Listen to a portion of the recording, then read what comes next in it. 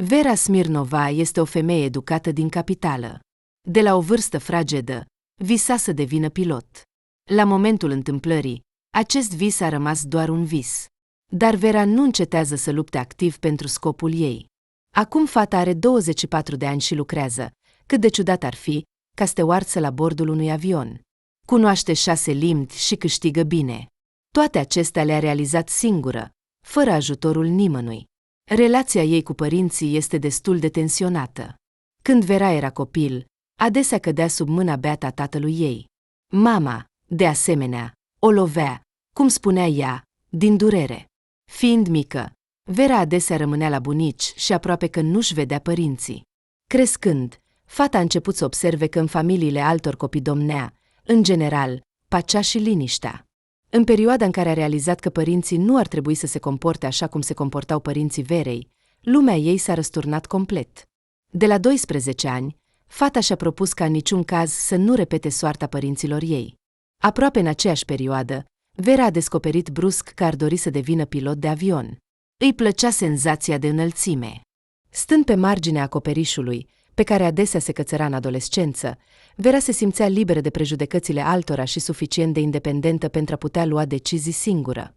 Căci, făcând un pas spre zborul liber, Vera va muri, iar această conștientizare că ai dreptul să-ți iei viața, dar nu o faci, a inspirat fata spre mari victorii. Privind sub picioare la asfalt, ea vedea nu doar moartea posibilă, ci și oportunitățile pe care viața îi le oferea. Toate reflexiile filozohis, care cu timpul ar fi putut să se piardă în mintea Verei și să creeze haos, fata a început să le noteze în jurnal. Astfel, Vera a început să țină un jurnal. În ciuda pasiunii apărute la o vârstă destul de fragedă pentru a ține un jurnal, Vera nu a învățat niciodată să citească, ceea ce nu se poate spune despre viitorul ei logodnic. Nikita Odineteseov, un băiat decent, cu câțiva ani mai mare decât Vera, s-au cunoscut în cele mai nefavorabile circumstanțe. Fata era atunci în ultima lună de studiu pentru a deveni stewardsă. Afară era cald, iar Vera și colegele ei au decis să se plimbe. Plimbarea le-a dus la cinematograf, unde se afla Nikita cu prietenul său. Se pare că soarta a decis ca viitorii tineri căsătoriți să se afle în aceeași sală la același film și chiar pe locuri adiacente. Stând unul lângă altul, tinerii au dus o luptă disperată pentru brațul scaunului pe parcursul întregului film. Această dispută stupidă a ajuns până acolo încât Nikita, iritat de cererea nepoliticoasă a Verei de a-și muta cotul, a început să se certe la fel de nepoliticos cu fata obraznică. Oamenii din sală, după câteva minute de înjurături zgomotoase între tineri, erau deja la curent cu nemulțumirea apărută și încercau cât mai politicos să-i cheme pe studenți la liniște. Prietenele Verei și băiatul care venise cu Nikita credeau că, în curând, totul se va termina cu o bătaie. Cearta tinerilor a ajuns până acolo încât au fost scoși din sală de angajații cinematografului. Așa s-au despărțit, fără a-și cunoaște numele. Dar despărțirea lor nu a fost de lungă durată. După o lună, s-au întâlnit din nou, de data aceasta în bibliotecă. Vera îl însoțea pe prietenul ei din copilărie. Alex, acesta avea nevoie să găsească niște manuale de programare. Vera nu era pasionată de asta, dar Alex nu putea trăi fără tehnologiile informatice. M-am dus să învăț nu pentru a citi cărți, a răcnit Alex. Când începe practica, m-am săturat de așteptare. Gândește-te singur, cum vei practica fără a cunoaște teoria? A pus Vera o întrebare retorică. Și eu sunt în acest domeniu de când eram copil. Ar fi bine să-mi povestească despre lucruri pe care nu le știu, dar acum trecem printr-o bază atât de ușoară, încât și un copil s-ar descurca, continua băiatul să se plângă. Ei bine, știi, nu toți sunt atât de grozavi ca tine, a răspuns Vera cu ironie. Alex voia să riposteze, dar, întorcându-se după unul dintre rafturile de cărți, prietenii s-au ciocnit de un tânăr. Tu, a exclamat fata, adresându-se băiatului necunoscut pentru Alex acesta, la rândul său, a privit-o pe Vera de sus până jos și a spus sec, eu. Niciodată nu m-aș fi gândit că te pasionează cărțile. După vocabularul tău, la ultima noastră întâlnire nu am observat asta. A început fata conversația din motive neclare. Rupt de descrierea cărții, tânărul s-a uitat în ochii Verei, în care deja începea să ardă focul dușmăniei, bucurându-se de reciprocitatea apărută între ei. Și în legătură cu asta, mă grăbesc să întreb, ce faceți aici? A spus Nikita, fără să-și schimbe tonul calm al vocii. Wow, cum vorbești! Biblioteca asta te influențează atât de mult? A întrebat Vera cu ironie. Pur și simplu nu vreau să mă cobor la nivelul vostru pentru a transmite informația în mod clar. Nu e clar, nu sunt problemele mele, a răspuns tânărul cu brutalitate. Vera, cred că ar trebui să plecăm, a intervenit Alex cu grijă, încercând să salveze situația. Eu personal nu mă grăbesc nicăieri. Mi-a plăcut foarte mult să observ cum acest băiat se preface că știe să citească, doar pentru a evita privirea mea, a spus Vera provocator, astfel încât Nikita să o audă. Răbdarea băiatului a început să se epuizeze, dar înainte de a începe o ceartă, Alex a tras fata de mână în cealaltă parte a magazinului, direct spre ieșire. Ce faci? Nici măcar nu am apucat să-i aflu numele. Vera a început să se plângă în șoaptă. Asta e în loc de mulțumesc? Eu de fapt te-am salvat, a exclamat băiatul surprins. Și eu nu am cerut asta, a răspuns Vera după un număr de replici. Alex a fost brusc iluminat. Stai! De ce ai nevoie de numele lui? A întrebat el. Ei bine, eu nu mai am nevoie de nimic, a strigat Vera supărată. Ești ciudată astăzi, a spus Alex gânditor. O vreme, prietenii au mers în tăcere, dar în curând Vera nu a mai putut suporta tăcerea apăsătoare și a început să vorbească. Îmi place de el. E atât de serios. Tăcut. Vera a aruncat o privire rapidă către prietenul ei. De ce taci? Mă gândesc, a răspuns Alex pe scurt. La ce? A întrebat fata, așteptând. La faptul că ești ciudată, a explicat băiatul. Te comporți cu un băiat care îți place de 100 de ori mai rău decât cu mine, prostule. Ce ai spus? A întrebat Vera, fără să-și ascundă iritarea. Te comporți prost, am spus. Prin acest comportament, doar îi alungi pe oameni de lângă tine. Vera s-a făcut roșie și voia să se plângă, dar în schimb a întrebat în șoaptă. Și cum ar trebui să mă comport? Băiatul a fost complet surprins de cuvintele ei. Ce? Cum ar trebui să mă comport? A întrebat ea neîncrezătoare. Ei bine, nu știu, a spus băiatul confuz. Dar cu siguranță nu așa cum faci tu. A fi sarcastic și insistent este ultimul lucru pe care ar trebui să-l faci cu o persoană care îți place, dacă, desigur, aștepți reciprocitate. Nu fac asta intenționat. Așa se întâmplă. A început Vera să se justifice. Un copil ar găsi o scuză mai bună, a spus Alex cu ironie. Vera l-a lovit prietenește pe băiat pe umăr și a continuat. Ei bine, adevărul este că este o reacție de apărare, știi? Știu, a confirmat băiatul cu tristețe. În orice caz, e bine că totul s-a terminat așa. Nu este perechea ta. Nu pot ști asta, a spus Vera supărată. Te cunosc și mă pricep destul de bine la oameni. E un tip dubios, a spus Alex cu încredere. Prietenii au mers puțin mai departe. Fiecare gândea la ale sale, neavând curajul să vorbească.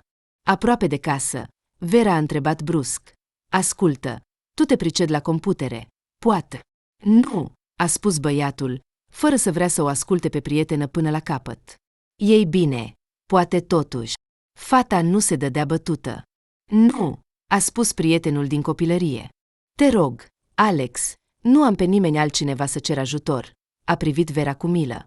Nu vreau să-mi pierd timpul căutând un băiat misterios din bibliotecă, despre care vei uita deja peste o săptămână, a declarat Alex. Nu voi uita, promit, a strigat Vera, continuând să-și susțină punctul de vedere.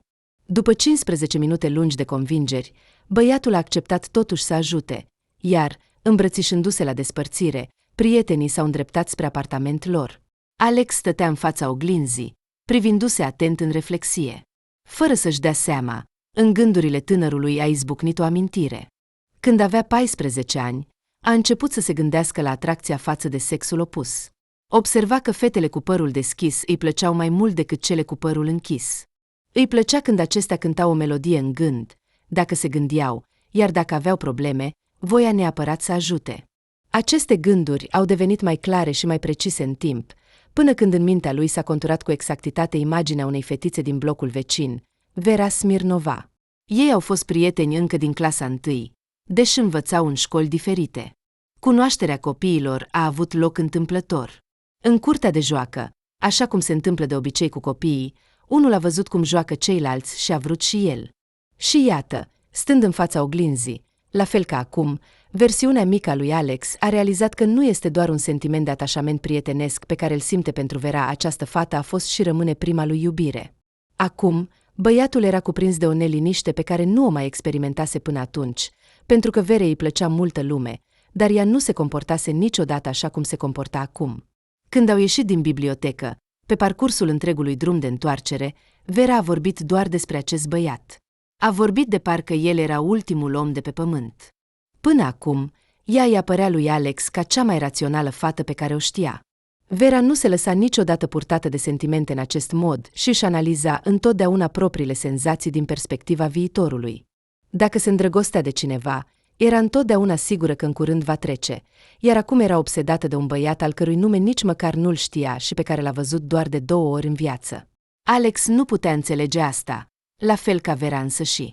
Se întâmplă ceva ciudat, ce nu a fost niciodată în viața mea, scria fata. Mi se pare că m-am îndrăgostit, ceea ce în mod normal nu ar trebui să se întâmple. Nu-l cunosc pe acest om, dar mă gândesc constant la el. Am crezut că asta ar trebui să se termine, dar astăzi l-am întâlnit din nou și gândurile despre el s-au intensificat de 1000 de ori.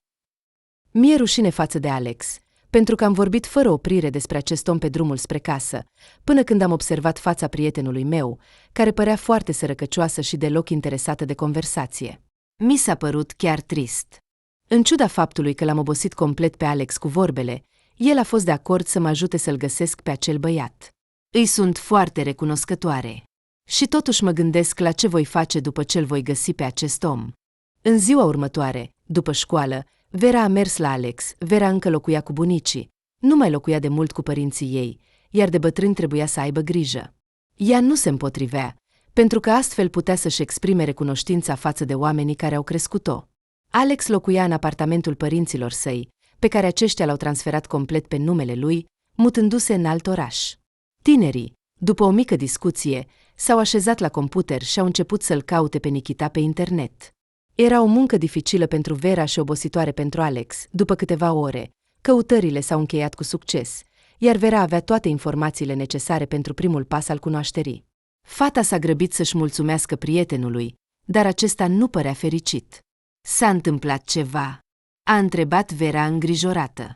Nu a urmat niciun răspuns. Alex, răspunde, a spus fata glumind, sperând să-l amuze pe prieten. Dar băiatul doar și-a încruntat și mai mult sprâncenele. Ei bine, Alex, spune-mi ce s-a întâmplat? A întrebat fata nerăbdătoare. Alex a deschis gura, a respirat adânc, de parcă voia să spună ceva, dar, gândindu-se câteva secunde, nu a spus nimic. Crezând că vrea să fie singur, Vera a început să se pregătească să plece acasă. Cum vrei, nu te voi mai întreba, a spus fata ușor iritată, punându-și geaca. Când Vera era deja pe prag, Alex s-a ridicat brusc de la masă și s-a apropiat de ea. Ce ai? A întrebat Vera nedumerită. Alex o privea în tăcere, iar cu fiecare secundă expresia feței lui devenea mai sumbră. Se putea vedea cât de greu era să-și controleze emoțiile, care se agită în inimă, gata să izbucnească în orice moment, ca un tsunami asupra prietenei din copilărie, distrugând pe calea lor toate punțile construite vreodată între ei. Alex s-a apropiat mai aproape, iar Vera a simțit neliniștea lui. Fata a ridicat privirea către prieten, punând o întrebare mută. Băiatul a întins mâna și a atins obrazul ei. Vera a tresărit, dar nu și-a întors privirea. Ezitând, Alex a trecut degetele pe bărbia fetei și și-a coborât mâna, neputând suporta presiunea sentimentelor. Sunt doar obosit. Nu te stresa, du-te acasă. E timpul să dormi. Evitând privirea prietenei, a spus băiatul. Vera a vrut să spună ceva, dar Alex a împins-o ușor afară. Vera a reușit să discute cu Nikita și să vorbească.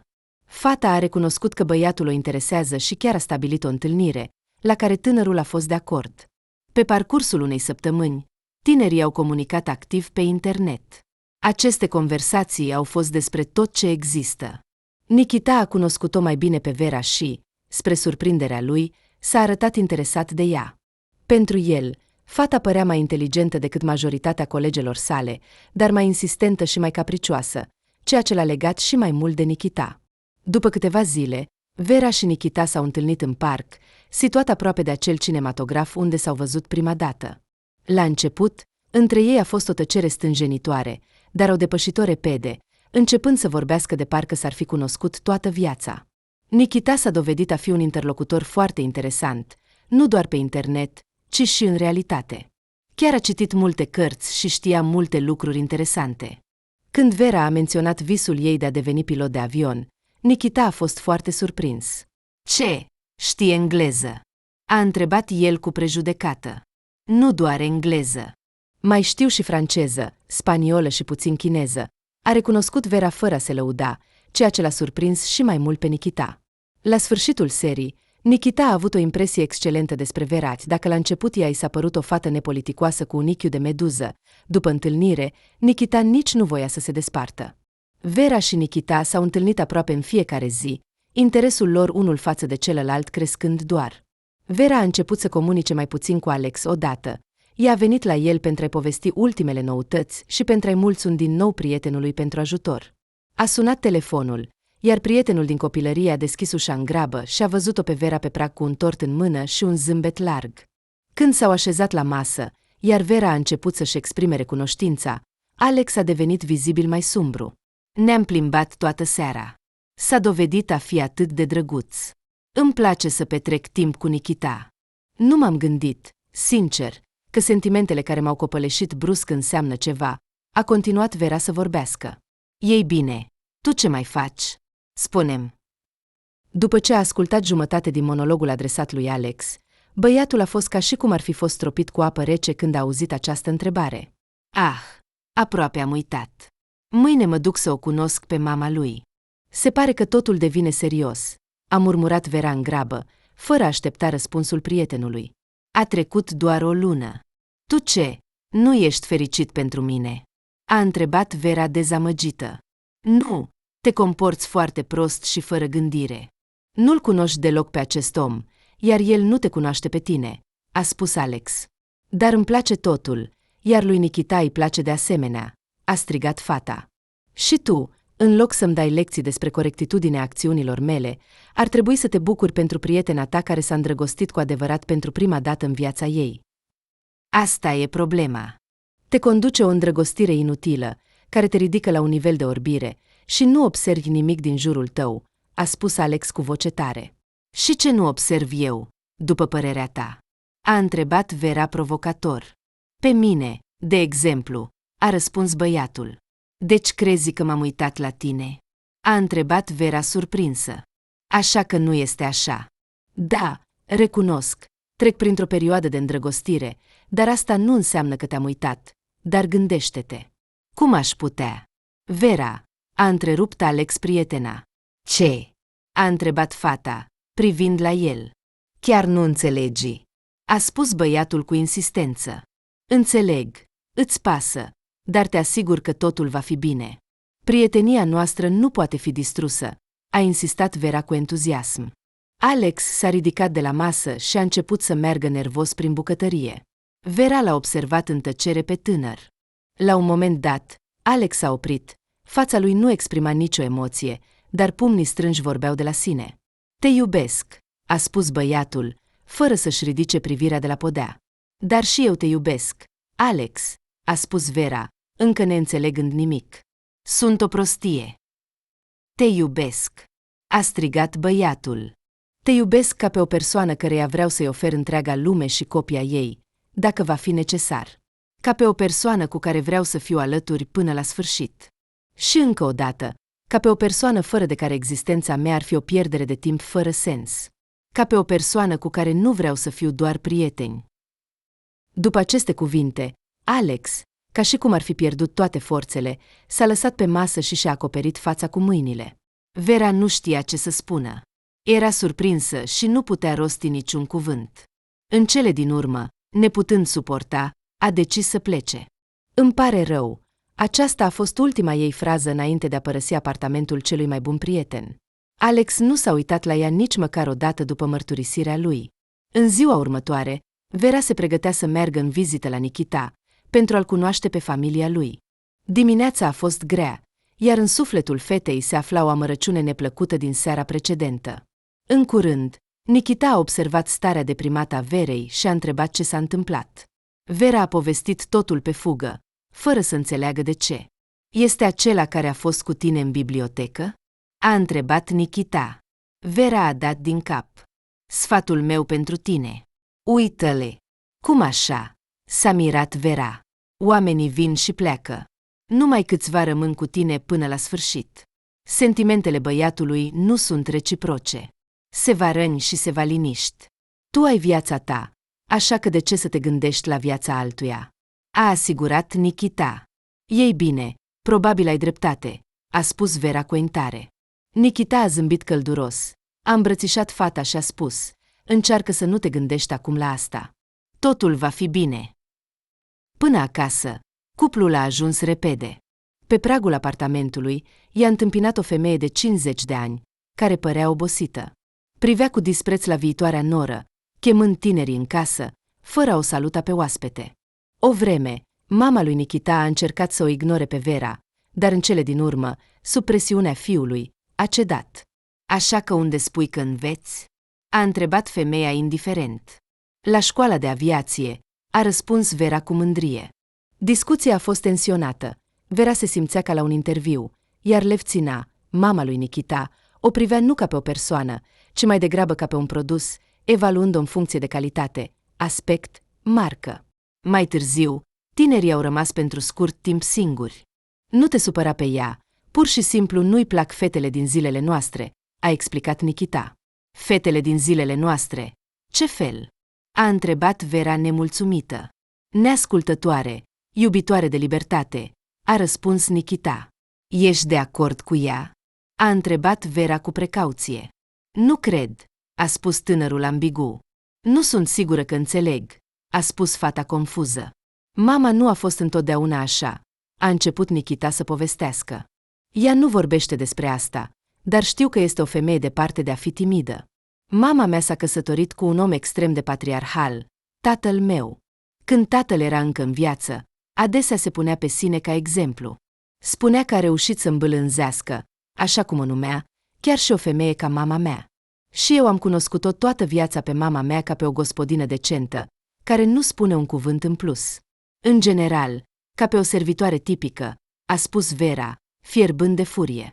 Da, a continuat băiatul, el voia să mă egalez pe el, încercând să-mi formeze o viziune foarte ciudată și strictă asupra vieții. Tatăl era religios și uneori mi se părea că capitolul biblic preferat al lui era cel în care din coasta lui Adam este creată femeia. Așa se comporta cu ele, ca și cum ar fi fost asemănătoare lui. Și încerca să-mi însăfle asta. Eu, în general, nu sunt o persoană deloc crudă, dar până să te întâlnesc pe tine, sincer, admiteam probabilitatea adevărului în cuvintele tatălui. Și ce s-a schimbat cu apariția mea? A întrebat fata surprinsă. Asta poate părea stupid, dar sunt gata să fac multe pentru a fi cu tine. De fapt, parcă abia acum am început să înțeleg că relațiile romantice între oameni nu ar trebui să implice pe nimeni altcineva decât cele două persoane care participă la dezvoltarea acestor relații, a spus Nikita calm. Pot considera cuvintele tale ca pe o mărturisire? A întrebat Vera. Cred că da, a răspuns băiatul. Fata a zâmbit. Restul zilei, tinerii l-au petrecut la o cină de familie. În ciuda expresiei de dispreț îndreptate spre Vera, Aleftina Semionovna s-a dovedit a fi o mamă iubitoare obișnuită. Ea le-a arătat un album foto din vremuri vechi, când Nikita abia învățase să meargă, iar de câteva ori se putea observa chiar un zâmbet sincer pe fața femeii. A venit iarna. Vera nu a reușit să normalizeze comunicarea cu Alex. Cu fiecare zi în care Vera se întâlnea cu Nikita, ea se îndrăgostea tot mai mult de el. Cu timpul, și băiatul a început să nu-i fie indiferent fetei. Nikita se gândea să-i facă Verei o propunere și i-a spus despre asta mamei sale. Ai grijă să nu aduci necazuri asupra ta din cauza acestei femei, a spus conspirativ Aleftina. Mamă, o cunosc. Este o fată foarte bună. Și sunt sigur că nu mă voi răzgândi niciodată în legătură cu decizia mea, a spus Nikita cu încredere. Mai bine spune-mi cum să-i fac cadou inelul. Numai să nu-mi spui că l-ai cumpărat deja, a întrebat Aleftina Semenovna. Nu, nici măcar nu știu mărimea degetului ei, a exclamat băiatul. Cu atât mai bine. Fugi de această șarpe, fiule. Nu te iubește, crede-mă. Știu despre ce vorbesc, a insistat mama lui Nikita. Nu spune prostii, mamă, a replicat tânărul. E prea capricioasă și agitată. Îți voi da cuvântul că te va înșela, a strigat femeia neclintită. Dialogul dintre mamă și fiu a devenit aproape o ceartă, dar fiecare a rămas la părerea sa. Nikita s-a simțit parțial supărat, dar cearta cu mama a pus punct definitiv în luarea deciziei. Acum, Nikita era motivat nu doar de un sentiment de atașament deschis față de Vera, ci și de dorința de a-i dovedi mamei că greșește. Aleftina Semenovna a început să o invite mai des pe Vera la ceai. Nikita, bucuros, credea că mama vrea să îmbunătățească relațiile cu viitoarea noră, trecând peste principiile sale, dar Aleftina avea alte planuri pentru fata fiului său. Într-o seară, femeia a decis să încerce să o convingă pe Vera să nu se căsătorească, încărcând-o cu o responsabilitate imaginară. Ești atât de tânără, frumoasă. Probabil că ai mulți băieți care te urmăresc. A întrebat viitoarea soacră, ca și cum ar fi fost întâmplător. Dar ce spui? Ce băieți? A răspuns Vera. Ei bine, e corect. Nu te lăsa păcălită. La început, toți sunt atât de drăguți, până nu se căsătoresc. După ce a băut puțin ceai din cană, a spus Aleftina Semenovna. Credeți că așa este? A spus fata ironic. Știu asta, a asigurat Aleftina. Și crezi că al meu Nikita este special? La vârsta lor, le trebuie doar un lucru. Dragostea nu există pentru tineri. De ce îmi spui asta? S-a încruntat Vera. Nu te învăț despre viață, a strigat femeia. Nu uita, toți băieții până la 30 de ani sunt vânturi. Se pare că noi, fetele. Nu aș spune asta, a spus fata gânditor. Nikita este un băiat foarte bun și deloc vânturos. Dar dacă te va cere în căsătorie, vei accepta? A întrebat Aleftina, punând o întrebare Verei.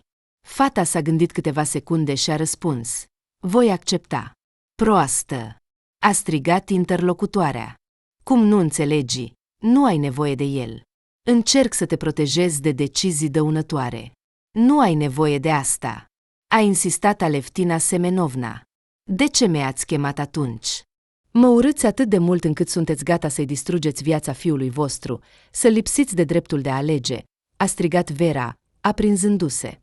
Aleftina a subestimat fata și a căzut într-un scurt stupor din cauza cuvintelor ei. Cine își distruge viața fiului meu? Ieși din casa mea! A strigat femeia, fără intenția de a recunoaște înfrângerea. Și Vera, trântind ușa, a plecat. Nikita nu i-a spus nimic despre conversația cu mama sa, nevrând să-l supere. Relațiile cu viitoarea soacră deveneau din ce în ce mai tensionate.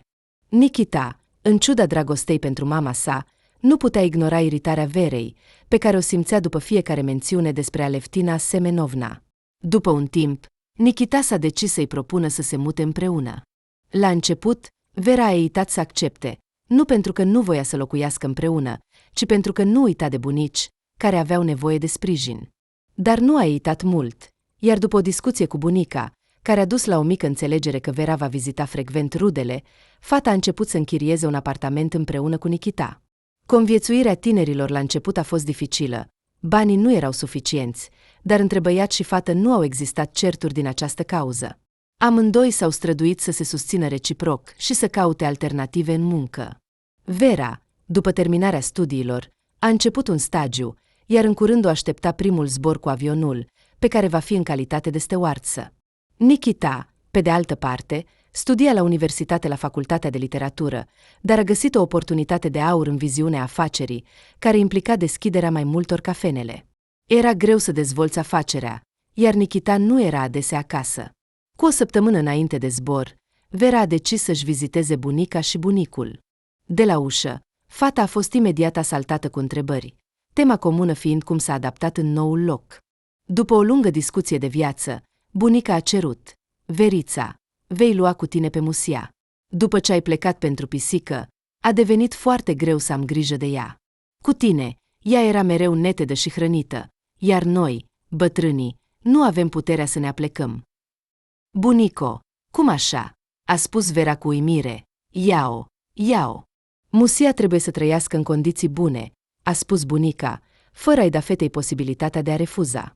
Astfel, în apartamentul tinerilor a apărut un alt locuitor, capabil să ofere mai multă căldură locuinței. A sosit ziua zborului.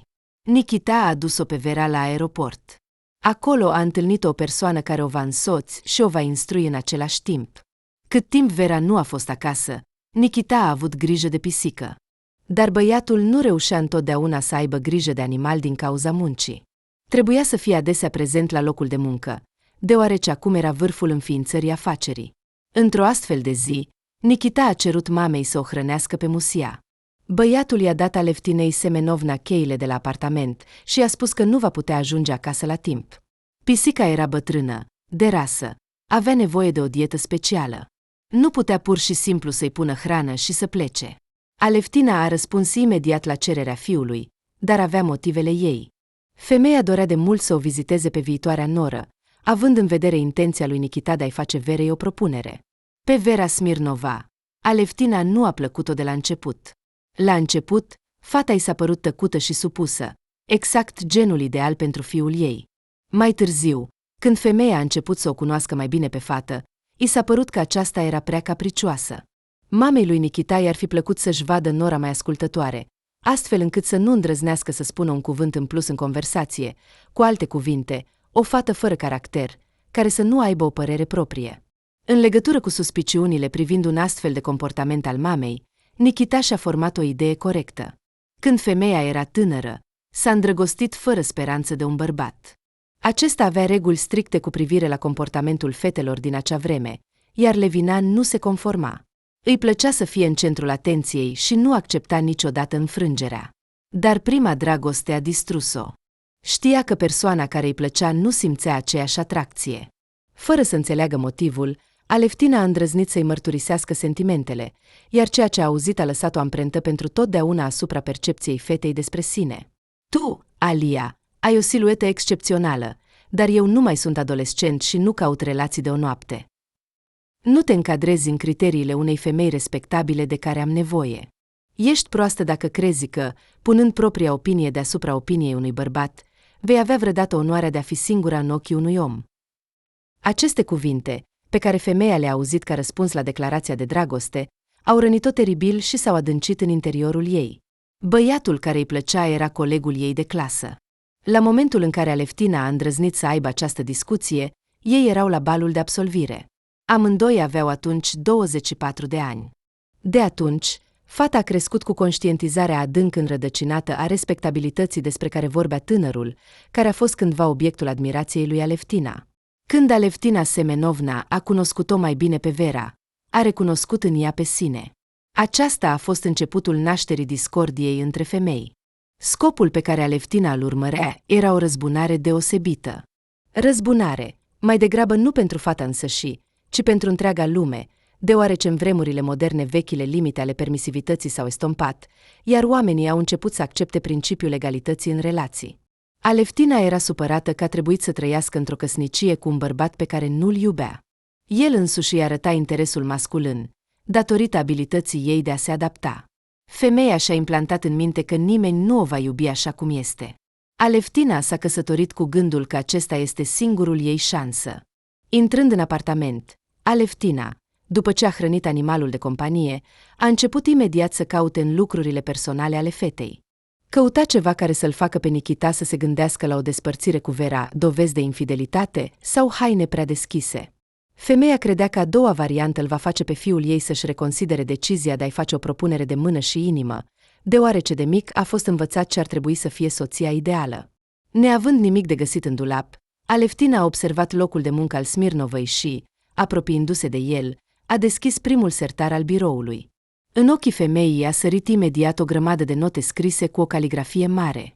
Din curiozitate, citind câteva notițe care erau liste de cumpărături, programul zilei sau mici notițe despre evenimentele viitoare, Aleftina a ajuns la caietele voluminoase, jurnalele Verei.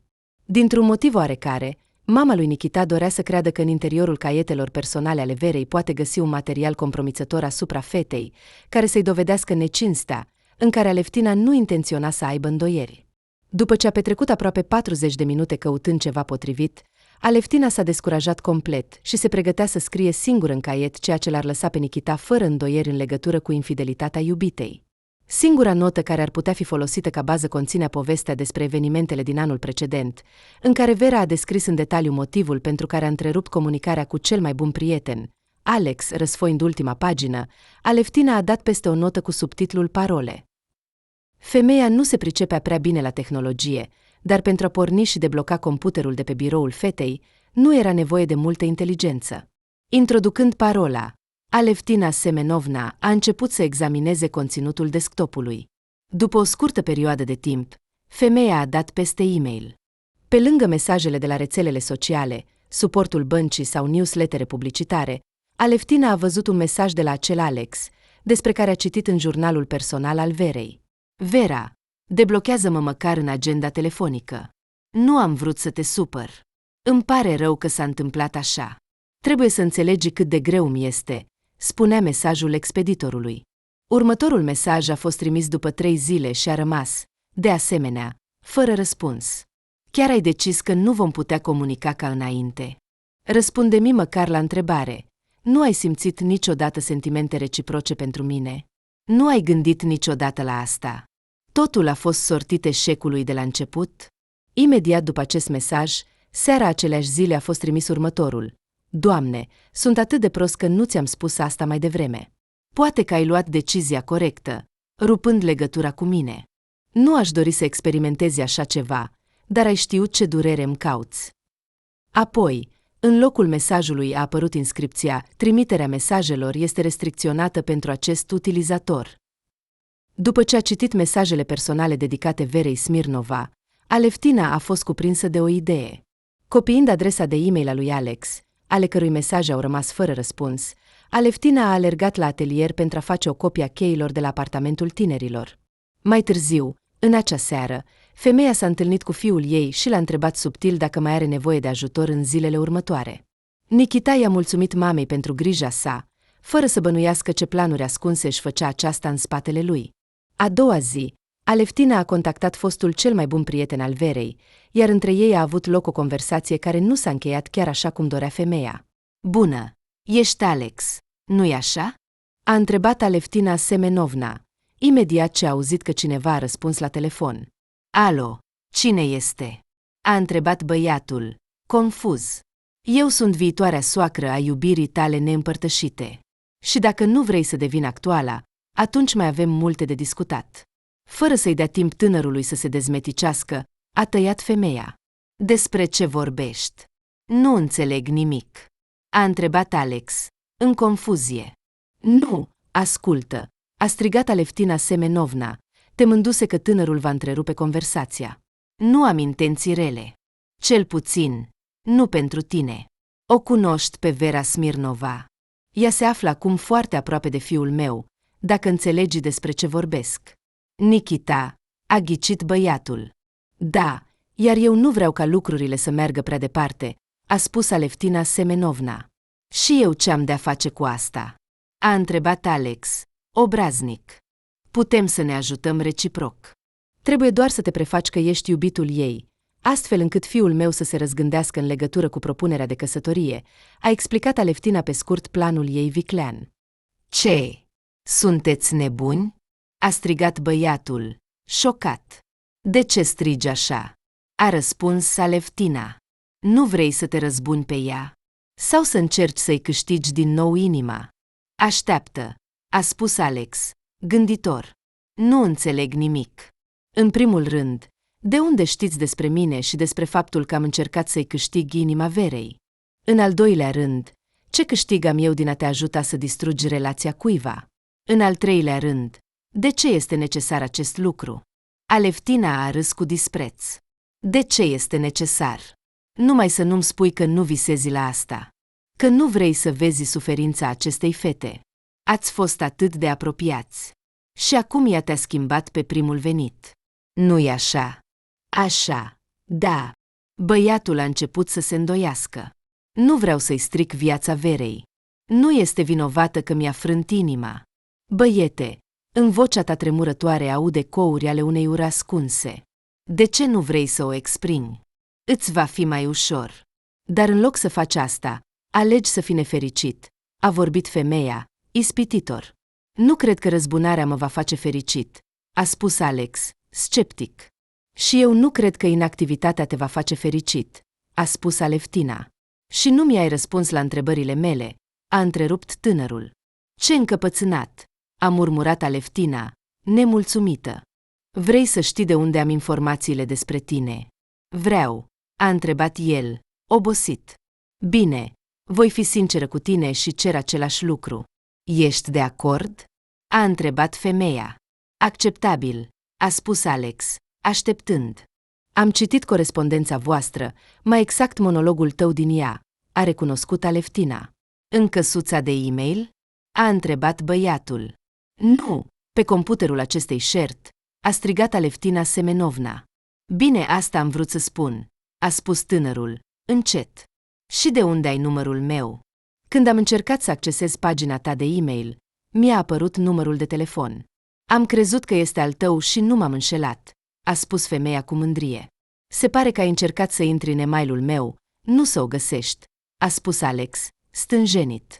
Așa că mă ajuți sau nu? A întrebat Aleftina, apropiindu-se de esența conversației. Gândindu-se timp de 1 minut, băiatul, ezitând, a răspuns, nu. Nu intenționez să particip la asta. Pierzi ocazia ta. Gândește-te bine, a strigat Aleftina. Toate cele bune, a spus tânărul modest și a închis telefonul. Nu. Așteaptă. Îți voi plăti. Dracului, a strigat femeia, realizând că Alex a închis apelul. Ei bine, te vei întoarce, știu, a continuat Aleftina. Mamă, cu cine vorbești?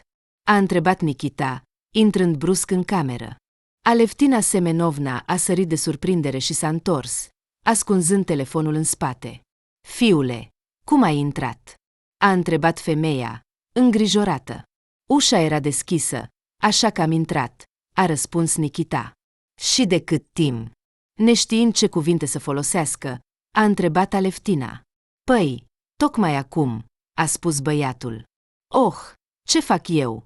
A spus femeia, rușinată. Vrei să mănânci? Desigur. Am venit pentru asta. Mamă. Vera a plecat. Nu am pe cine să gătesc, iar eu nu am timp pentru asta, a spus Nikita. După ce l-a hrănit pe fiu, Aleftina nu a putut să nu profite de o altă ocazie de a-l descuraja pe băiat de logodnă. Și ce crezi? Când Vera se va întoarce, va găti pentru tine. Mamă! Ei bine, nu începe, te rog, a spus tânărul, cu o expresie iritată. Nu, ascultă-mă, a insistat femeia. A gătit vreodată pentru tine până acum? Ei bine, nu a fost nevoie, a justificat băiatul pe iubita sa. Și acum ce? Crezi că se va schimba? A întrebat Aleftina. Pentru a evita o altă ceartă, Nikita a dat din mână politicos și, cu o încercare nereușită de a schimba subiectul, s-a grăbit să plece, dar Aleftina Semenovna l-a strigat. Vera te înșeală. Băiatul s-a oprit încremenit. Ce spui, mamă? A întrebat el. Nu am vrut să te supăr, dar am suspiciuni că ea este o adevărată desfrânată. De unde ai aceste bănuieri? A spus tânărul, deja mai calm. Ei bine, când am fost la voi acasă, sincer să fiu, nu m-am putut abține și am citit notițele ei din sertar, a spus femeia. Jurnalele personale. Mamă, asta nu e corect. A strigat băiatul. Și ce? Nu vrei să știi ce am găsit acolo? A întrebat mama lui Nikita, cu ironie. Băiatul a tăcut, luptându-se cu curiozitatea și cu sentimentul de neîncredere crescând. Această tăcere a fost interpretată de Aleftina ca un acord de a afla adevărul. Ea scrie despre o persoană lucruri foarte dulci și drăguțe. E ciudat că nu își ascunde cărțile într-un loc ferit. Se pare că se bucură de încrederea ta, a spus Aleftina. Băiatul a tăcut. Ar trebui să asculți cuvintele mamei. Fiule, nu-ți doresc rău, a spus femeia cu o voce bâlândă. Când Vera se va întoarce, o voi întreba despre asta, a spus tânărul, prinzând din dinți. Apoi a ieșit, trântind ușa. În zilele următoare, lui Nikita i-a fost greu să lucreze. Nu putea uita cuvintele mamei, care vorbea de rău despre iubita lui. Dar nu putea nici măcar să se uite la notițele personale ale Verei, Prea mult o respecta. Între timp, Alex nu își găsea locul. Se gândea tot timpul la oferta tentantă a Aleftinei Semenovna și lupta cu dorința de a suna această femeie. Din păcate, tânărul a pierdut această luptă. Se gândea la Vera în fiecare zi, iar după conversația cu mama lui Nikita a pierdut complet capul și s-a gândit profund la nedreptatea destinului său. Cum putea ea să nu bănuiască sentimentele mele? Nu cred că a fost atât de evident încât să nu înțeleagă. De ce m-a ignorat? Iar la un moment dat a venit și a declarat că este îndrăgostită, și de atunci a vorbit doar despre asta, se gândea Alex, astfel îngrijorându-se tot mai mult. O nouă conversație telefonică între tânăr și Aleftina a avut loc totuși. Băiatul a povestit că este pasionat de programare și a propus un plan de acțiune, la care Aleftina a fost de acord cu plăcere. Esența consta în faptul că Alex urma să recreeze o copie a paginii Verei în rețelele sociale prin hacking și, pe parcursul unei luni, să falsifice corespondența cu el însuși. După aceea, el se va întâlni cu Vera personal în apartamentul ei. Totul trebuia să fie aranjat astfel încât Nikita să fie martor la întâlnirea lor. Aleftina a propus să considere noaptea de anul nou ca o dată potrivită pentru asta. Deoarece în această sărbătoare, ea va putea controla complet situația, deoarece tinerii se vor aduna la ea pentru a sărbători anul nou în timp ce planul se va desfășura, Aleftina Semenovna va intensifica suspiciunile lui Nikita la maximum, astfel încât, în final, să nu mai aibă motive să nu creadă în infidelitatea iubitei sale. În ziua următoare, răzbunarea a început să se îndeplinească. A fost suficient ca Alex să petreacă câteva ore pentru a sparge contul. În acel moment, Aleftina se afla deja în apartamentul gol al Verei și lui Nikita și, stând la masă în bucătărie, falsifica scrisul de mână al fetei în jurnal, scriind o notă despre cum ea se îndoiește de sentimentele ei față de alesul ei și simte regret pentru fapta ei murdară, așa cum a spus Aleftina Semenovna pe hârtie. Femeia vicleană știa că fiul ei nu îndrăznește să citească notițele din caietul Verei și, prin urmare, nu se temea să fie descoperită. După o jumătate de oră, pe pagina următoare deja se afla un detaliu despre sentimentele deținătoarei jurnalului, care pretindea că nu își poate găsi locul lângă Nikita și că o atrage constant să se întoarcă la Alex, terminând cu asta. Aleftina a încercat să plece cât mai repede din apartament, deoarece fiul ei urma să se întoarcă în curând. Mama lui Nikita a așteptat ziua în care va putea să se afle legal în casa lui pentru a-i arăta înregistrarea falsificată. Acea zi nu a venit niciodată, până la sosirea Verei. La aeroport, ea a fost întâmpinată de Nikita, îmbrățișând-o strâns. Aleftina știa la ce oră tânăra pereche urma să se întoarcă acasă, deoarece întreba constant despre data și ora întoarcerii Verei, încercând să fie discretă. Când îndrăgostiții au intrat în bloc, la etajul potrivit, Aleftina Semenovna îi aștepta deja cu un tort. Ei bine, de ce ați întârziat atât de mult, dragii mei?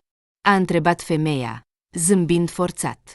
Nikita a fost la fel de surprins ca Vera, dar nu avea ce face. A trebuit să o invite pe bătrână la ceai. După un scurt schimb de politețuri, Aleftina a început să o întrebe pe Vera despre cum au decurs primele ei zile de muncă. Minunat! A strigat fata. Deși a fost greu pe alocuri, m-am descurcat bine. Toate fetele care au reușit deja să acumuleze o experiență bogată vorbesc atât de bine în limbi străine, încât accentul aproape că nu se simte, ca și cum ar fi fost vorbitoare native, povestea Vera cu entuziasm despre impresiile ei. În timpul conversației, fata părea că a uitat de vechea ceartă cu viitoarea soacră. Vera era plină de entuziasm și dornică să împărtășească experiența dobândită despre amintirile zborului care a avut loc. Oh, probabil că vreți ceai, a spus Vera cu emoție. Acum vin. Fără să le dea timp să reacționeze lui Nikita și Gostia, fata a alergat veselă spre bucătărie. Dar tu spuneai că nu va găti, a râs Nikita, subliniind că are dreptate. Nu că mi-ar fi foarte necesar, dar încă nu înțeleg comentariile tale neplăcute despre Vera. Tu nu ai deschis notițele ei? A întrebat Aleftina cu voce joasă. Nu, astăzi voi afla eu de la ea despre aceste notițe. Nu cred că Vera ascunde ceva serios de mine, a spus băiatul cu încredere. Înainte de a întreba, mai bine asigură-te cu ochii tăi. Nici o femeie nu va recunoaște că a înșelat, dacă deja ascunde asta. A continuat Aleftina în același ton. Ea va face totul ca tu să nu afli. Va ascunde, va arde, orice. Am văzut tot ce a scris pe ultimele pagini, nu mă mândresc cu fapta mea, dar totuși suspiciunile mele s-au dovedit a fi corecte. De îndată ce Aleftina a spus ultimele cuvinte, Din bucătărie s-au auzit pași grăbiți. Vera a adus ceaiul și, punând cănile pe masă, a strigat: "Oh, am uitat complet de dulciuri." Fata a alergat din nou spre bucătărie. Nu vreau să distorsionez nivelul de încredere în relația noastră cu Vera și nu intenționez să intru în spațiul ei personal, dar te-am auzit și am tras concluzii, a șoptit Nikita. Ce concluzii? A întrebat Aleftina Semenovna. Nu intenționez să-i exprim îndoielile mele. Prevenit înseamnă înarmat. Dar nu cred că Vera este atât de imprudentă încât să fie de acord să se căsătorească cu mine, dacă inima ei aparține altcuiva, a afirmat băiatul cu un ton serios. Prostie, a spus Aleftina cu un șoaptă tare exact în momentul în care Vera a intrat în cameră. Privind la amândoi, fata a întrebat: "Despre ce vă certați?" "Despre tine, doar ca să-ți bagi nasul lung acolo unde nu ești chemat." Schimbându-și brusc tonul, Aleftina a strigat: "Mama!" Cu o voce severă, Nikita a strigat către mama sa: "Mama, mama, dacă nu vrei pe calea bună, va fi pe calea rea." Și, spunând asta, Aleftina s-a ridicat de pe canapea și s-a îndreptat spre sertarul mesei, din care, cu o mișcare bruscă, a scos un caiet cu copertă albastră, care se afla sub diverse hârtii, astfel încât paginile de deasupra s-au împrăștiat pe podea. "Ce îți permiți?" a strigat Vera, apropiindu-se deja de mama lui Nikita. Aleftina a găsit repede pagina necesară și aproape că a împins caietul deschis în fața lui Nikita. "Iată, citește asta, citește!" a strigat ea isteric. Vera nu a încercat să ia jurnalul și stătea în totală confuzie în fața a ceea ce se întâmpla, așteptând să vadă cum se va desfășura situația. Nikita și-a plecat privirea asupra paginilor scrise și a început să citească. "Nu pot să fac față sentimentului copăleșitor care m-a cuprins după ultima conversație cu Alex, parcă abia acum mi-am dat seama ce simt cu adevărat pentru el. Dar ce să fac cu Nikita? Pot să-l părăsesc pur și simplu. Aș face asta fără intare, dacă nu ar fi generozitatea lui combinată cu afacerea care începe să se justifice." "Ce prostie! Eu nu am scris asta." Rămânând în stare de șoc, Vera a strigat cu o voce tremurândă: "Citește! Citește mai departe!" A încurajat-o Aleftina cu satisfacție. Se uita nervos la una și la cealaltă. Nikita a continuat să se concentreze asupra celor scrise. "A trecut deja ceva timp de la ultima întâlnire cu Alex, dar imaginea lui nu mă părăsește. Nu pot să dorm, nu pot să mănânc, mă gândesc tot timpul la el. În curând va veni ziua plecării, nu pot să nu mă întâlnesc cu Alex." Nikita a început să lipsească frecvent de la muncă. "Aceasta este șansa mea." Cu fiecare cuvânt citit, sprâncenele tânărului se încruntau din ce în ce mai mult, iar ochii deveneau umezi, dar se străduia să nu arate asta. Vera, neputând să mai suporte, i-a smuls jurnalul din mâinile băiatului și a început să examineze cu atenție fiecare cuvânt. "Te-am avertizat de la început," a spus Aleftina cu un aer de satisfacție, fără să se uite la fiul ei. "Această fată nu este pentru tine, băiete." "Dar eu nu am scris asta." "Cum nu înțelegi?" a strigat Vera. "E prea târziu să te plângi. Scrisul nu este cumva al tău?" a întrebat-o furios Aleftina Semenovna. "Asta e problema, că seamănă, dar nu înțeleg," a clipit fata. Nikita tăcea, abia reușind să se stăpânească să nu plece, cedând emoțiilor. Vera s-a uitat la băiat, încercând să-i capteze privirea, dar el nu îndrăznea să o privească. Atunci Smirnova a privit-o pe Aleftina, care stătea cu mâinile pe șold și nu se putea abține să nu zâmbească cu răutate. "Te amuză?" a întrebat Vera, pe punctul de a ceda nervos. "Mă amuză. I-ai frânt inima fiului meu, nemernică." "Dacă ar fi fost după mine, ți-aș fi smuls toate părul," a spus Aleftina Semenovna cu o voce amenințătoare. "Mi-ați pus într-o situație proastă," a spus fata dezamăgită. "Ce spui, nebună?" a strigat Aleftina, nervoasă. "Tu ai scris asta?" a interpretat Vera aceeași întrebare. Negând cu furie că ar avea vreo legătură cu notițele apărute, femeia a început să se retragă, chemându-le pe Nikita să vină cu ea. "Pleacă!" Brutal, dar reținut, a spus Nikita. "Am auzit, fiul meu, strângeți lucrurile și pleacă de unde ai venit," a spus Aleftina aproape triumfător. "Pleacă tu," s-a întors băiatul către mama sa. Femeia a clătinat din ochi, surprinsă. "Ce? a spus mama tânărului, bâlbâindu-se de uimire. Nu acum, pur și simplu pleacă, a spus Nikita, privindu-și ochii în podea. După câteva încercări de a-l convinge pe fiul ei, care s-au soldat cu eșec, Aleftina a părăsit apartamentul închiriat, fără să vrea să ducă situația la o ceartă cu Nikita. Vera a tăcut. Nu l-a mai văzut niciodată pe băiatul ei așa și nu știa dacă ar trebui să caute o justificare pentru ceea ce nu era vina ei.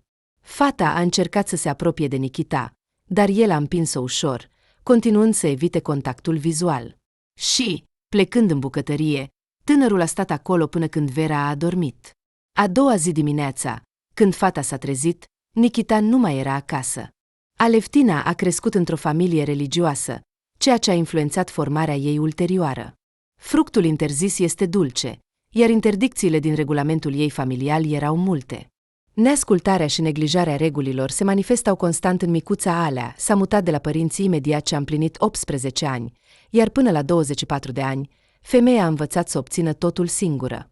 Apoi, așa cum se știe, a adoptat un comportament demn de o fată care nu ar trebui să fie liberă și atât de deschisă în deciziile ei. S-a căsătorit cu un om al cărui punct de vedere era extrem de similar cu cel al tatălui ei, având valori spirituale asemănătoare. Cu timpul, a început să citească Biblia pentru a-i face pe plac soțului. Această carte i-a schimbat profund perspectiva asupra lumii. A schimbat complet percepția fetei asupra multor lucruri. Până în prezent, Aleftina frecventează biserica și nu ratează rugăciunile, dar cu toate acestea nu consideră că a păcătuit, calomniind fără temei o viitoare mireasă în adulter fals. Vera, așa cum s-a spus anterior, a crescut într-o familie defavorizată. Practic, fără a-și cunoaște părinții, a început să trăiască sub tutela bunicilor. Străbunicii au participat activ la educația fetei. Fără a impune interdicții stricte, Vera a avut norocul să ajungă într-o familie iubitoare după câțiva ani de nefericire în casa părinților biologici. Fata a crescut repede. De la 13 ani, s-a străduit activ să participe la asigurarea financiară a familiei, lucrând ca promoter sau menajeră. Spre deosebire de Aleftina Semenovna, în Vera nu a crescut un sentiment arzător de ură. Din toată inima, ea dorea să fie mai bună și să-și construiască viața așa cum își dorea. Nu avea nevoie să demonstreze cuiva abilitățile sale. Fata nu depindea de opinia celor din jur, iar poziția ei nu putea fi distrusă.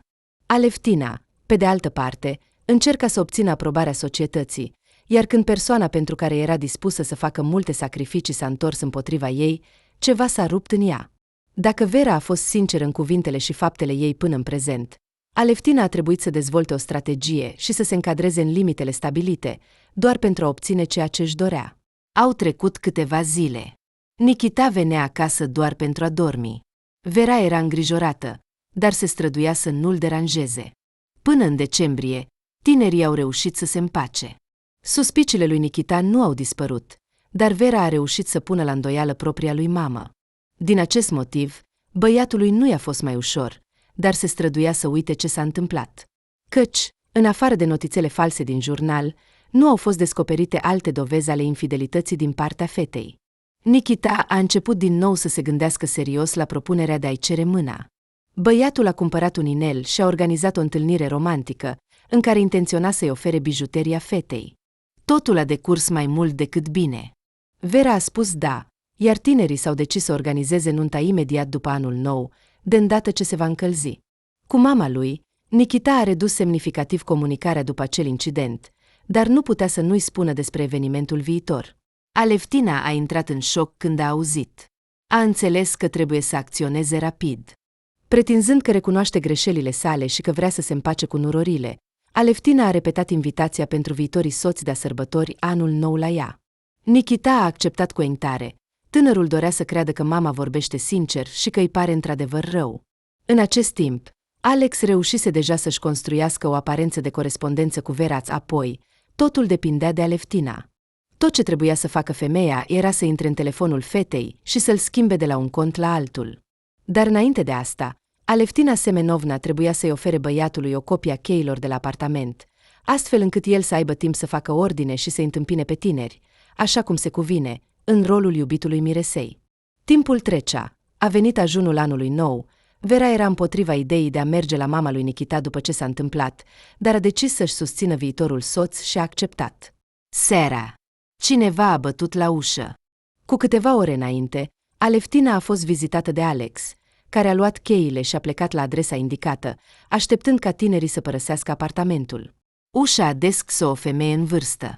Intrați, intrați, v-am așteptat cu nerăbdare. Vera a aruncat o privire neîncrezătoare asupra viitoarei soacre. Vera, te rog să mă ierți pentru acuzațiile nefondate. Astăzi este o sărbătoare de familie, așa că să uităm supărările din trecut, a spus Aleftina zâmbind. Tinerii au intrat mai adânc în casă. Nikita a pus pe masă un sac, al cărui conținut consta în preparate tradiționale și fructe, iar Aleftina a scos din frigider șampanie și a început să pregătească masa. Seara a decurs bine, cu excepția privirii constante și insistente a femeii îndreptată către Vera, bătăile ceasului, paharele goale. Vera simțea o tensiune greu de ascuns, care plutea în atmosferă, dar se străduia să nu acorde atenție. Fata nu-și scotea telefonul din mână, ceea ce o irita și mai mult pe mama lui Nikita. Dragi mei, a exclamat solemn Aleftina, propun să deschidem a doua sticlă și să bem pentru voi, pentru viitoarea reunire a două inimi tinere în această lume aspră. Ultima frază a fost rostită de femeie cu un oarecare dispreț pe față. Luând vasele goale, Aleftina a alergat în bucătărie. Ce se întâmplă cu ea? A spus Vera, exprimând deschis suspiciunea față de comportamentul soacrei. Încearcă să te gândești că ea chiar vrea să restabilească legătura. Relaxează-te, o încuraja Nikita pe fată. După câteva minute, Aleftina s-a întors cu paharele pline de șampanie. Dând fiecăruia câte un pahar, femeia a rostit un toast festiv. În curând va avea loc un eveniment semnificativ, așa că fiți pregătiți pentru el. Va trebui să trăiți restul vieții împreună, acceptând și iubind fiecare defect al partenerului, așa că fiți înțelepți. Aleftina și-a ridicat paharul, care s-a întâlnit imediat cu celelalte două. S-a auzit sunetul sticlei, iar toți cei din casă au gustat simultan din șampanie. Alcoolul a dat tinerilor o stare de euforie, iar nimeni dintre ei nu a observat că Aleftina Semenovna nu se grăbea să atingă sticla împreună cu toți. După o jumătate de oră, Vera s-a simțit foarte rău, capul i s-a învârtit, iar la gât a simțit o greață. Fata a alergat imediat la toaletă, lăsând telefonul pe canapea. Noi nu am băut atât de mult, a spus Nikita cu uimire. Bietă fată! Nu s-a gândit bine, a compătimit Aleftina, apropiindu-se tot mai mult de telefon. Vrei să-ți aduc ceva? A observat Nikita mișcarea mamei sale. Ce? A întrebat mama, surprinsă. Nu, e. Eu doar vreau să te îmbrățișez. M-a emoționat această seară. Fiul meu a crescut, nunta este aproape. Și femeia a început să se apropie cu mai multă încredere. Mamă! A murmurat Nikita nemulțumit, fără să reușească să scape din îmbrățișarea mamei. Când Aleftina s-a retras, a reușit să ia telefonul străin și să-l ascundă în buzunar. Mă duc să verific bietul copil, a spus femeia și s-a retras în coridor. Vera se afla încă în baie.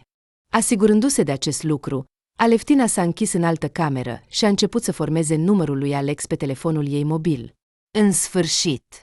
De ce ai întârziat atât de mult? Totul este pregătit. S-a auzit vocea grăbită din receptor.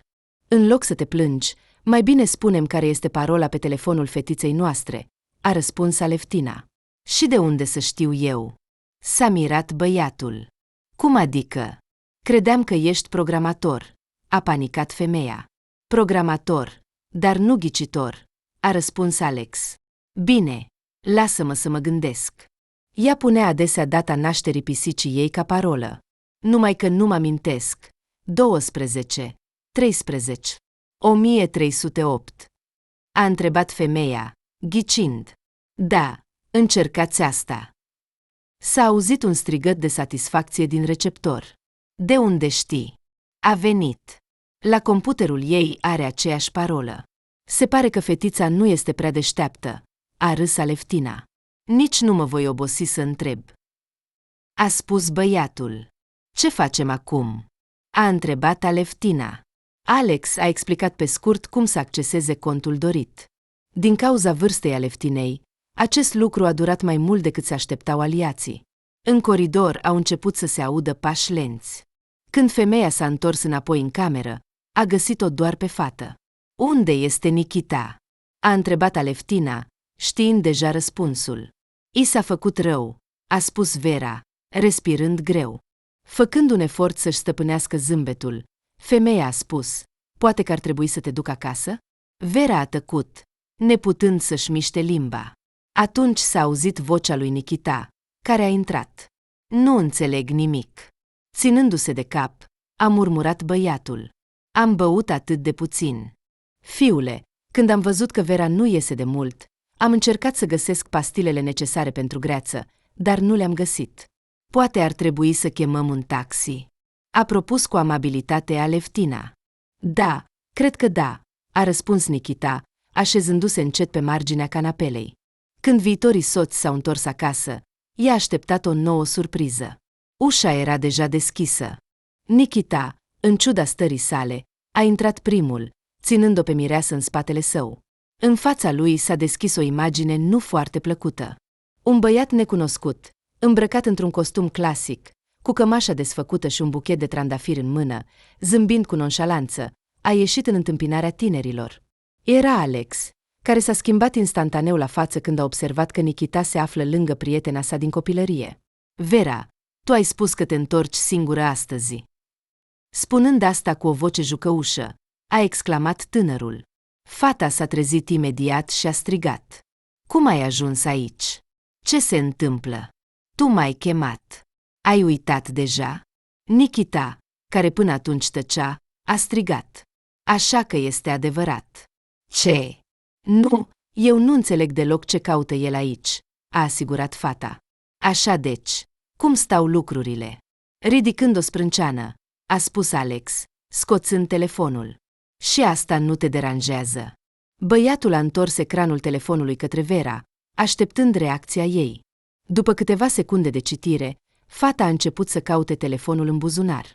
Nikita a observat-o și a fost surprins când Vera i-a întins telefonul ei, parcă spunându-i că nu are nimic de ascuns.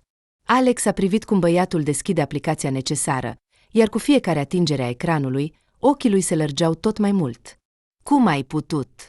S-a adresat Nikita fetei și, aruncând telefonul pe podea, a ieșit afară. Nikita, stai! A strigat Vera și a alergat după el. Alex stătea triumfător pe patul tinerilor, sorbind din vinul roșu pe care l-a cumpărat ca recuzită în cazul în care Nikita decide să intre în dormitor. Vera a intrat în cameră, plângând. Nu a observat prezența fostului prieten, neputând să vorbească. Fata a căzut pe fotoliu, continuând să plângă. Alex a privit-o în tăcere la început, apoi a îndrăznit să se apropie. Oprește-te, totul este spre bine, a spus bărbatul. Și Vera s-a oprit. Ea a ridicat în tăcere ochii plini de furie către băiat și s-a aruncat asupra lui cu pumnii. Te urăsc! Te urăsc! Striga ea. Pleacă! Mă urăști? A prins-o Alex de mâini. Am făcut asta pentru tine. Pentru mine? Nu se oprea fata. Mulțumesc, dragă prieten. Mulțumesc. Ultimul mulțumesc Vera l-a spus cu o voce frântă, apoi a căzut fără vlagă pe pat, plângând din nou. Alex s-a așezat lângă ea, neîndrăznind să o atingă sau să încerce să o consoleze. Știa cât de rău era acum în ochii ei. În cele 5 minute în care au stat tăcuți la o distanță de jumătate de metru unul de celălalt, Alex a regretat de 1000 de ori ceea ce a făcut, dar acum îi era frică să vorbească despre asta. Nu voia să o lase pe Vera singură, dar nici să fie lângă ea în acel moment nu putea. Lăsând un duplicat al cheii pe prag, Alex a plecat din apartament. Tânărul a fost sunat dimineața târziu. Fără să se uite la ecran, băiatul a răspuns automat la apelul alo. Alo, alo. Văd că totul a decurs excelent. A răsunat vocea Aleftinei de la celălalt capăt al firului. Nu mai sunați, te rog, a răspuns Alex brusc, pregătindu-se să închidă. Doar încearcă să-i povestești ceva. Asta a fost planul tău. Tu ai sunat numărul meu atunci. Îți amintești? A spus Aleftina cu ironie. Întotdeauna îmi amintesc. Și băiatul a închis apelul. Nikita a dormit la mama lui. Aleftina a încercat să-l facă pe fiul ei să vorbească, dar acesta nu a spus niciun cuvânt. Cei trei, Alex, Vera și Nikita, au petrecut o noapte albă.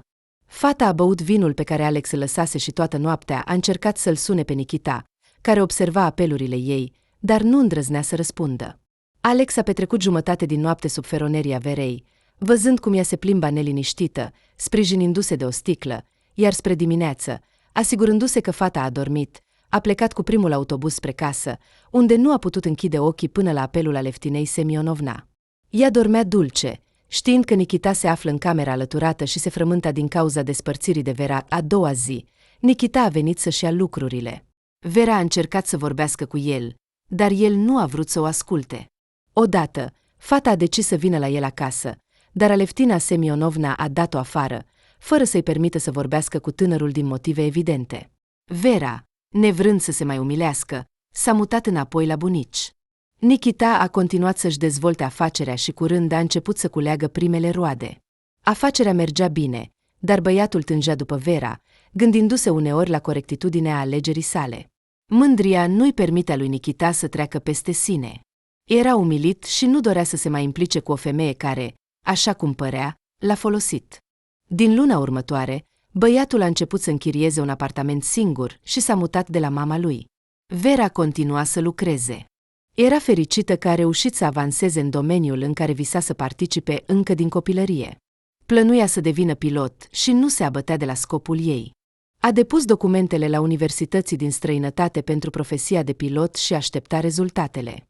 Vera își amintea adesea de Nikita, dar nu îndrăznea să-l mai deranjeze. Se supăra că băiatul nici măcar nu a ascultat-o. Se supăra și pe sine pentru că nu a reușit să-și dovedească nevinovăția. Dar fata, la fel ca Nikita, era puternică și după câteva luni a reușit să-l lase pe fostul ei iubit și să-și continue viața. Nikita a acționat la fel în ceea ce o privește pe fată. Odată, Vera a auzit că cineva a bătut la ușă.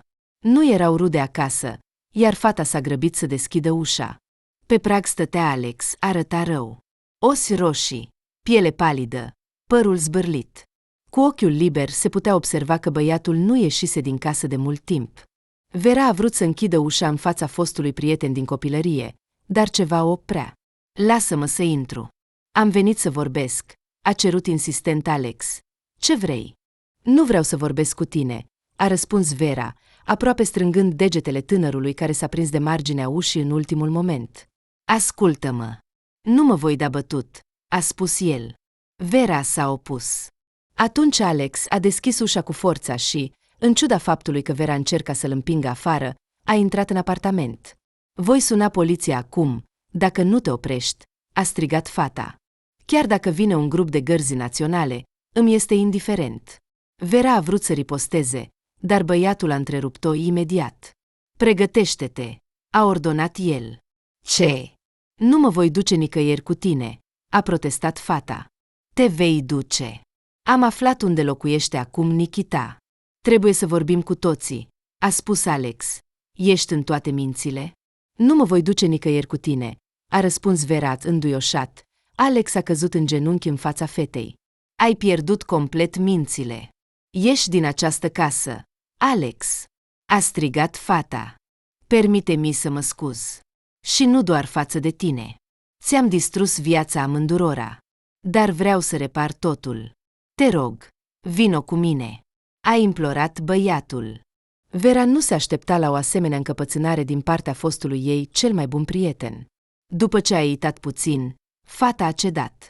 Îmbrăcându-se cu o jachetă de primăvară, tinerii s-au îndreptat spre casa lui Nikita. De unde ai decis că îl vom găsi acasă? A întrebat Vera. Camerele de supraveghere de la intrarea lui sunt accesibile publicului.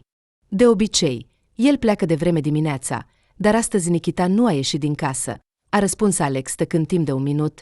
Fata a adăugat, dar nu crede că dorința ta de a te scuza va trezi în mine recunoștință și vom relua legătura. Băiatul s-a uitat la fată și a dat din cap, ca și cum ar fi sugerat că este o prostie din partea ei să creadă că el ar putea să o lase să se apropie de inima lui. Cine? A răsunat o voce din spatele ușii metaliș închise, făcând inima Verei să sară un bătăi. Ar trebui să înveți de la el să întrebi cine este înainte de a deschide ușa. Zâmbind prietenos, Alex s-a adresat fetei. A cine este?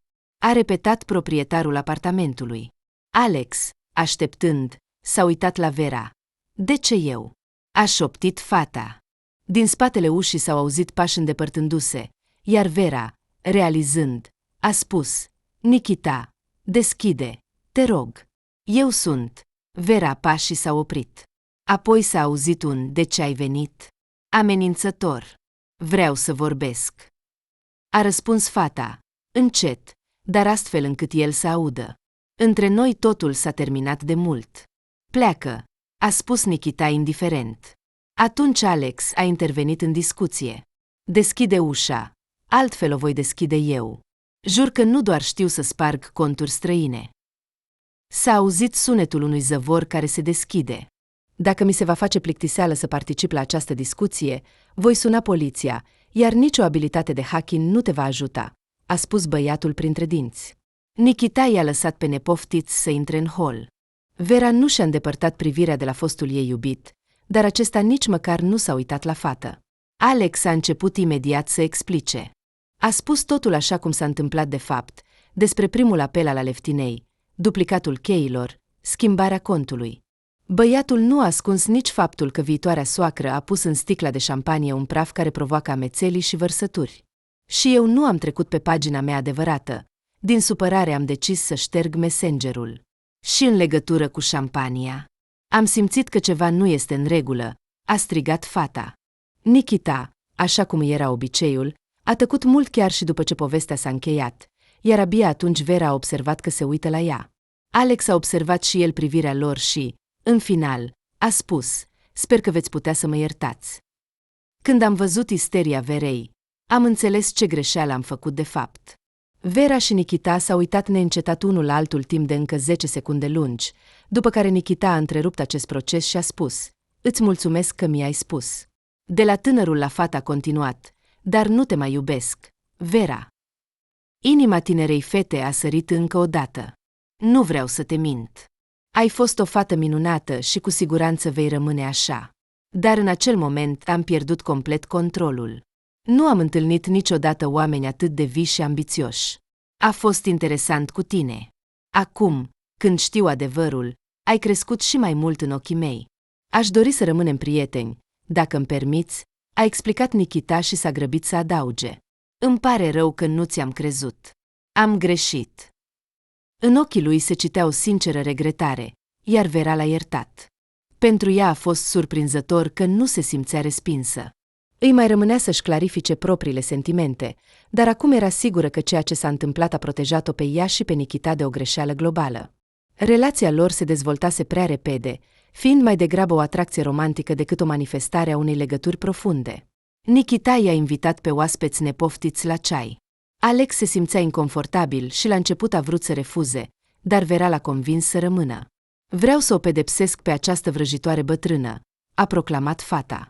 Cel mai bun lucru pentru ea va fi succesul tău, Vera, a spus Nikita cu reținere.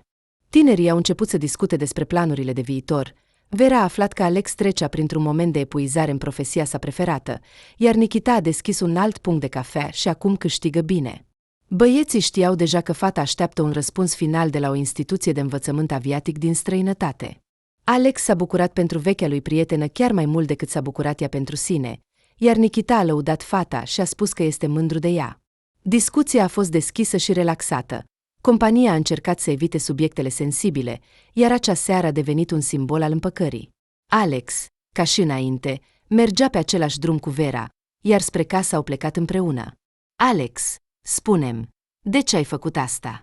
A întrebat Vera cu o tristețe palpabilă în voce. Nu aș fi putut să continui să trăiesc, știind că ți-am cauzat atâta durere. Nu, de ce m-ai trădat. De ce ai decis să o suni pe Aleftina? A întrerupt fata băiatul. Eu am simțit disperarea care a crescut într-o amărăciune arzătoare. Am vrut să simți ceea ce am simțit și eu, a spus Alex cu vinovăție. Dar în ultima noastră întâlnire, când am văzut în ce stare te-am adus, am înțeles ce greșeală am făcut, cedând sentimentelor. Nu mă voi ierta niciodată pentru asta. Nikita avea dreptate că pentru Aleftina, cel mai bun lucru va fi succesul Verei.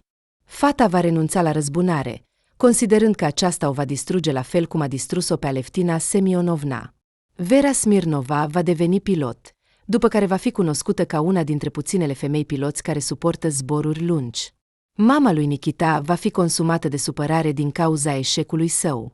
Femeia va realiza că a trăit o viață complet diferită de cum și-ar fi dorit și va înceta să se mai supere pe fată, recunoscându-și înfrângerea.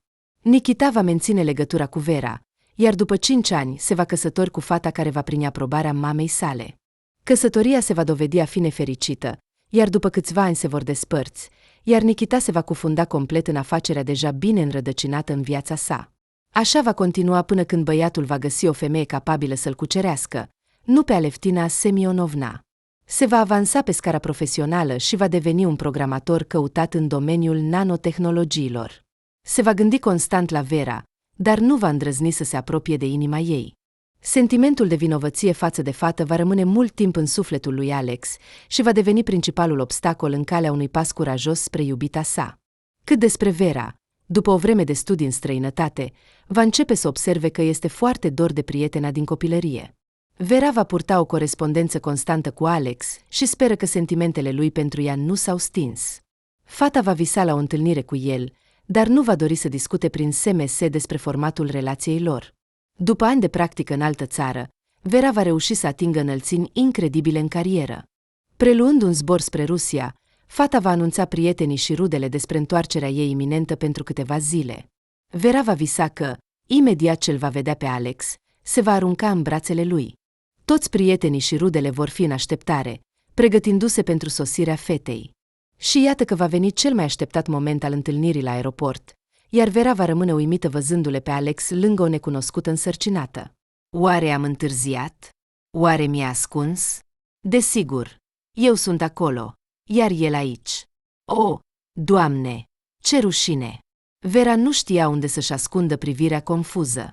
Dar, în cele din urmă, vechiul prieten a îmbrățișat-o pe Vera, iar ea s-a simțit atât de cald, de parcă nu ar fi fost acești ani lungi de despărțire.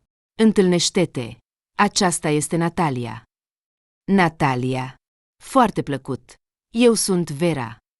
Da, el mă prezintă și cu prietena lui însărcinată. Am ajuns departe. Oh, Vera, sunt atât de fericită să te văd. Te rog să mă ierți, dar Alex mi-a spus tot timpul despre tine, că astăzi vii, iar mașina lui este în reparare, cum a fost ghinion. Vadim, soțul meu, prietenul lui Alex, trebuia să-l aducă la aeroport, dar Vadim are treburi urgente, cum a fost ghinion. Ei bine, eu, după cum vezi, sunt liberă. Natalia a râs, dar trebuie să nasc în curând. M-am gândit să mă aerisesc și să-l duc pe Alex la iubita lui. Oh, nu-i nimic că vorbesc atât de mult. Te rog să mă ierți, am stat în 4 pereți și nu am cu cine să vorbesc. Totul este bine. Vera a zâmbit și a îmbrățișat-o pe Natalia. Bună! Alex a îmbrățișat-o și el pe Vera și a sărutat-o pe obraz. Sunt foarte fericit să te văd. Sper că ne vom întâlni mai des acum. Și eu sper foarte mult la asta. Vera s-a apropiat de umărul lui Alex, iar pe obrașii ei au început să curgă lacrimi de fericire. Oh, ce drăguți sunt! Bine, eu vă voi aștepta în mașină, căci simt că bebelușul meu se mișcă deja. Natalia le-a făcut cu mâna și, legănându-se, s-a dus spre mașină. E o fată bună. Vera a zâmbit, urmărind-o pe Natalia. Da, se îngrijorează foarte mult pentru mine, că tu te vei răzgândi. De ce? Vera a făcut o față surprinsă. Iată, Alex a scos un inel de aur și, aplecându-se pe un genunchi, a spus, vei deveni soția mea? Te iubesc foarte mult și te-am iubit în toți acești ani. Eu? Soție? Vera a rămas puțin șocată.